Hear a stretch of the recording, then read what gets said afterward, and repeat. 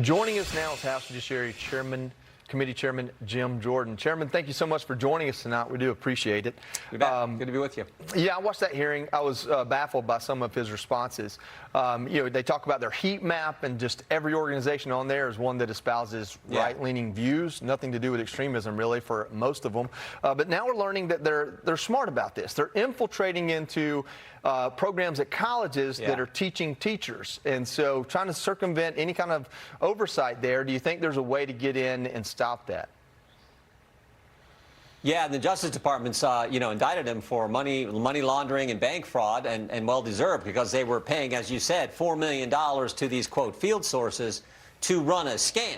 They were paying these people to foment the hate they told their donors that they were actually fighting, and it worked for them. They went from making $51 million, I think, in 1 year to the next year 130-some million. So this was what they were doing. But the real takeaway is what you're getting at, Joey, which is they became the standard. Yeah. The Biden Justice Department was having quarterly meetings with them. Lisa Monaco, the #2 person at the Justice Department, meeting every single quarter with the SPLC. They were training, helping train lawyers, assistant U.S. attorneys for the Justice Department. So they became the standard, so much so that they're now, as you pointed out, also infiltrated the schools. And it was all a scam. They became the standard when, in fact, they were out there promoting this hate and doing all the crazy things they were doing. I think it's great that Todd Blanche and the Justice Department is actually now holding them to account. Congressman, it's Joe Concha. I'm just curious, what happens next? Because so often we see where there appears to be a guilty party or entity in these situations, but then nothing happens and they continue to exist and go on to do the things they were accused of doing in the past. So the question is, what happens next? Can this organization, the SPLC, actually be disbanded in any way by the power of Congress? Well, I think just the fact that we now know that they were a scam, that they aren't the, quote, standard out there. They were labeling, like, Family Research Council, Moms for Liberty. They were labeling them hate groups, all the while they were out there fomenting this hate. So I think we know the facts, so I think that's going to give them less influence. And then God bless Attorney General Blanche and the work the Justice Department's doing. They're now indicting these people. I mean, they're indicting people that I think have done things wrong over the last decade, like Jim Comey, like John Bolton. I think John Brennan's coming next, and here we have the Southern Poverty Law Center. So I think Attorney General Blanche and the folks at the Justice Department are doing what needs to be done, and that's ultimately how you hold them accountable, is you indict them when they do wrong things like they did. Certainly. Well, Congressman, Chairman, I want to turn to this. While the Save America Act stalls in Congress, the Trump Justice Department is warning election officials in all 50 states and D.C. they could face criminal prosecution if they knowingly allow non-citizens to remain on voter rolls or cast ballots. This comes as ICE says it arrested a non-citizen in New Jersey accused of illegally registering to vote. I was told this never happens. And casting a ballot in the 2022 election. Chairman, I was told that never, ever happens. There's just no way. A couple things here. Not only that part of it and cracking down on non-citizens on the voter rolls, but also I got to ask you about the Save America Act or some iteration of it. We talk about it on this show every weekend.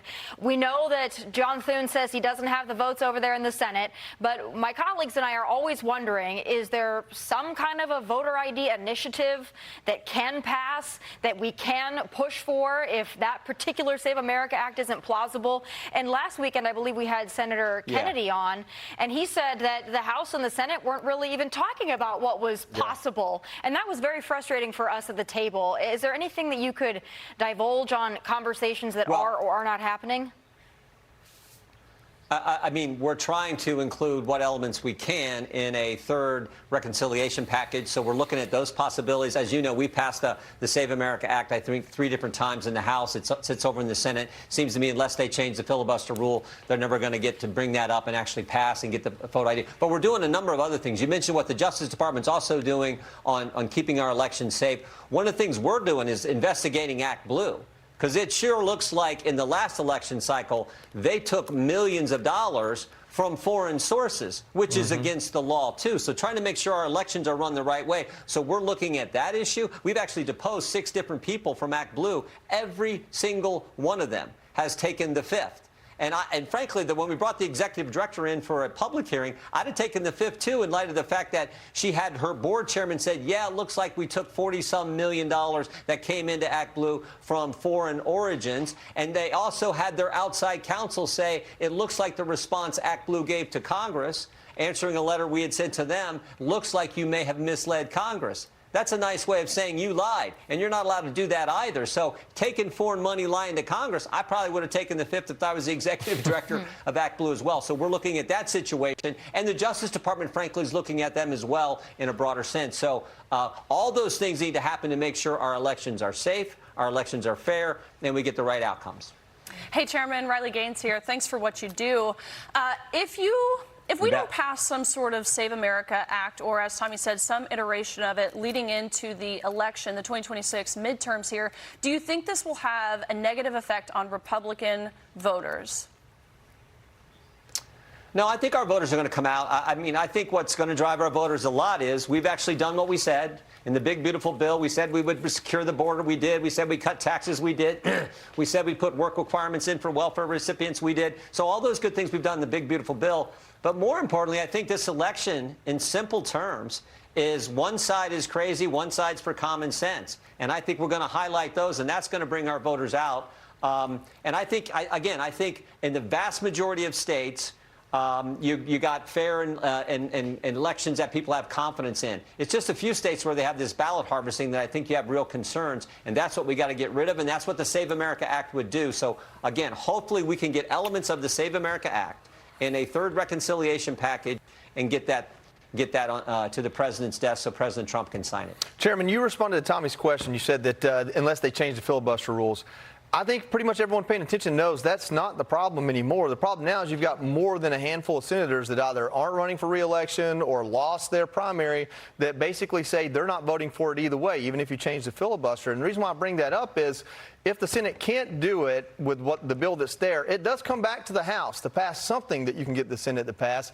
And it just seems like you're saying, you know, well, we'll get what we can into reconciliation, and it's not as big of a deal as some of the other things we've done to the voters. And I understand that, but it is a big deal to the president and to a lot that vote for any election, much less a presidential election. Well, I do think if it's a straight up or down vote on photo ID, you could get enough Republican senators to vote for it. You just can't get to that question because of the filibuster. So your point, Joey, is there are a handful, it looks like, Republican senators who will not vote to ever get rid of the filibuster. I think we know what's going to happen. If Democrats ever get control, they're going to do it. So it seems like if that's going to happen, or if that might happen, we should probably stop it now and put in place these safeguards to make sure our elections are fair, our elections are honest, our elections are the way they're supposed to be. But short of that, I don't know how we're going to get it done. We can try to put some incentives on the reconciliation package that will push states and encourage states to do it. But other than that, I'm not sure how we can get there if the senators won't ever deal with this filibuster question. Yeah, you guys have the power of the purse. You don't have the power of their conscience, and that's what they're hung up on over there, unfortunately. Chairman, thank you so much for joining us. It really is great to have you on, and we appreciate it. You bet, guys. Thank you. Be sure to like and subscribe for all the Fox News latest on YouTube and catch full shows streaming now on Fox One.